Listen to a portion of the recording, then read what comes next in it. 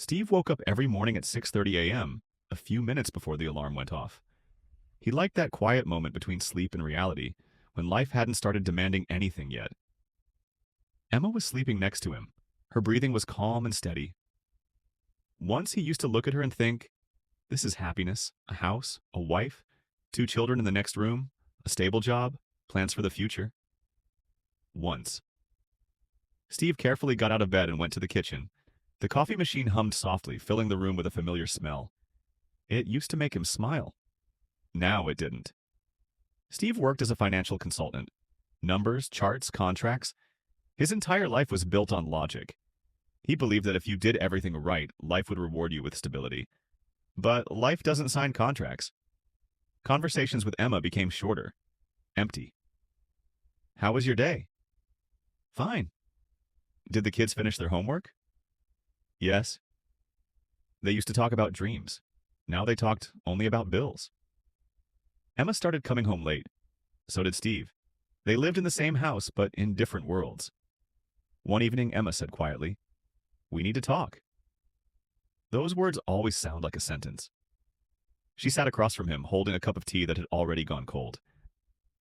"I can't do this anymore, Steve. We disappeared." He wanted to argue, to say it was just stress, that everything could be fixed.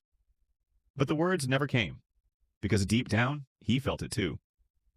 The divorce wasn't loud. There were no screams, no broken plates, no dramatic scenes. Just silence. Documents, signatures, schedules for the kids. The hardest moment came when his son asked, "Dad, is this because of us?" Steve cried in front of his children for the first time. "No, never because of you."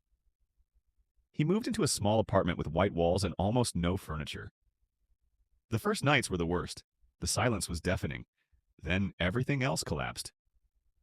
The company Steve had worked for over 12 years went bankrupt after a financial scandal. He wasn't guilty, but the company name became a stain on his resume. Bills kept coming. Child support, rent, debt. One day he sat in a bank office, listening as the manager calmly said one word: bankruptcy. The word felt like an ending. When Steve walked outside, he stood on the sidewalk for a long time, watching people rush past him.